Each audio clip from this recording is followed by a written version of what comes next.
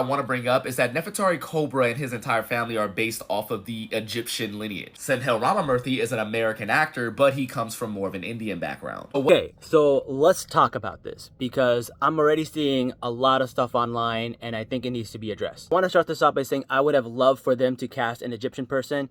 I was actually rooting for a Palestinian actress because I felt like the stories are so parallel with what's happening right now that it would be such a great service for them to cast Palestinian actors. But I think it's a little cowardly that they didn't.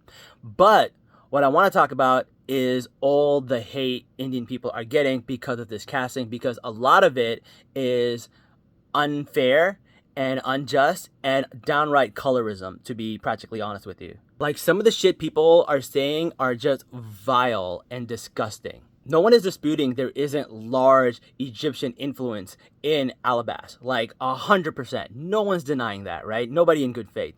But you can't deny that there's Indian influences too.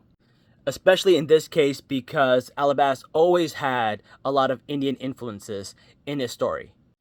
According to the Rurubu, which is the official book of One Piece, Alabas has always been based off of Egypt and India, and you can see that on a lot of the buildings. Most notably, the palace, where it is obvious that it's based off of Rajasthan and the Taj Mahal.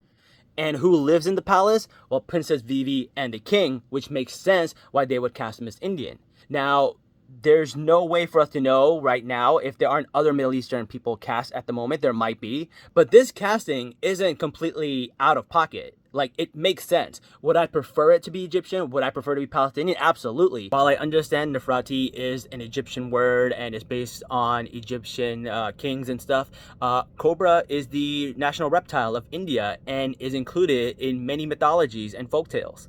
So, like, it's not completely out of pocket. They're not just replacing Middle Eastern people. They decided to go one route.